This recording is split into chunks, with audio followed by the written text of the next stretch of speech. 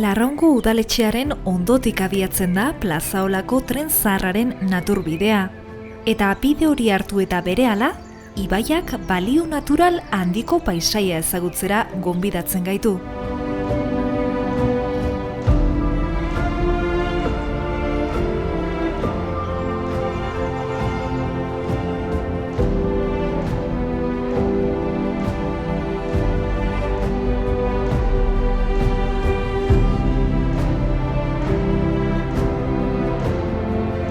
Mugiroko presa igaro ondoren, eta beti ere Latasarantz jarraituz, Irui mendiaren azpian dagoen tunel txikia zeharkatuko dugu.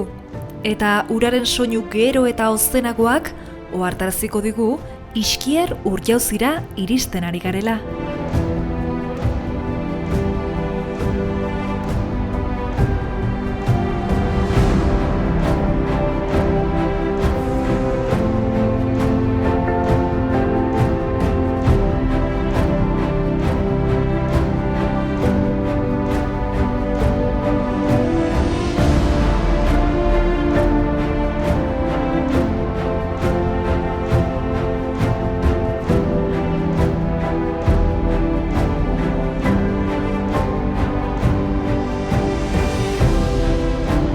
Urjauziaren alde batean, Izker Errota Zaharraren hondakinak ikusiko ditugu.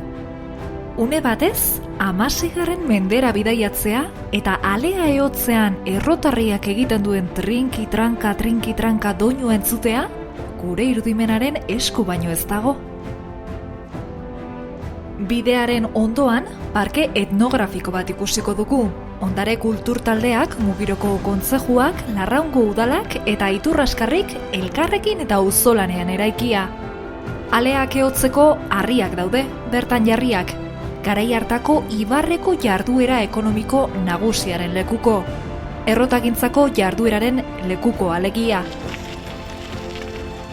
Gure bideari jarraituko diogu, eta laster, eskuinetara jaisten den bidexkaren ondoan, zutoin adierazle batekin egin dugu topo. Iruzubideko ibilbidea aukeratzeko gonbita egingo digu. Iruzubien ibilbidean sartzen ari gara.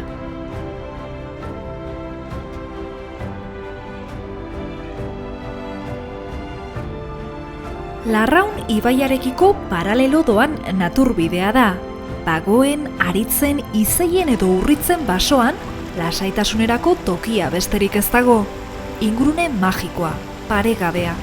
Berriro ere gure irudimenarekin egan egiteko aukera bikaina.